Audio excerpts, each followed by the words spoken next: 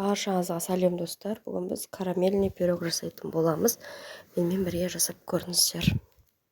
Бөлме температурасында тұрған сары майымыз, қантымыз, жұмыртқамыз қажет. Барлығын бірге араластырып, қантын ертіп аламыз. Одан кейін ұнымызды дайындап қоямыз. 200 грамм ұнымызға 5 грамм разрыхителіміз салып, массамызға салып, жұмсақ қамыр илейміз. Бізде тортымызға немесе пирог жасаған кезде міндетті түрде сапалы сары майымызды және сгущенкамызды, қаймағымызды сапалы заттардан жасайтын болсақ, біздің пирогымыз өте дәмді болып шығады. Сары майымызда 82% құрамы таза болса, сіздердің пирогтарыңыз өте дәмді болып шығады.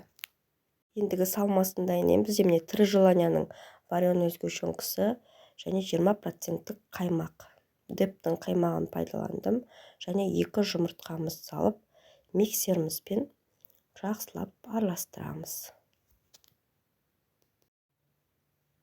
Мінекей дайын. Ендігі дайын тұрған қамырымызды дәл осылай оқтауымызбен қатты жіңішке қылмай жайып аламыз. Форма менде 24 сантиметрлік форма.